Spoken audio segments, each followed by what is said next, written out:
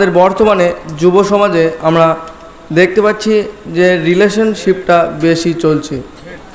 এই রিলেশনশিপের কারণে মহান আল্লাহ তাআলা আমাদের ওপর 3টি গজব দেবেন।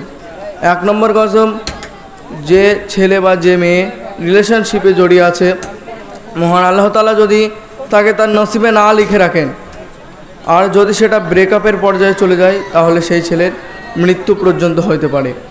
2 নম্বর, যে আল্লাহওয়ালা যে শান্তি, সেই শান্তি কিন্তু আমাদের মধ্যে থাকবে না। মানে কীরকম, ধরেন যে ছেলে বিড়ি খায়, মদ খায়, গাঁজা খায়, সে কিন্তু দিনের শেষে কোনো দিনই শান্তি পায় না। মানে আল্লাহওয়ালা যে শান্তি, সেই শান্তি পায় না।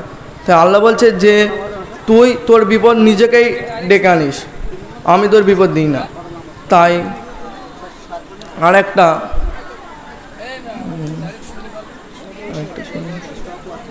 আর হচ্ছে কি যে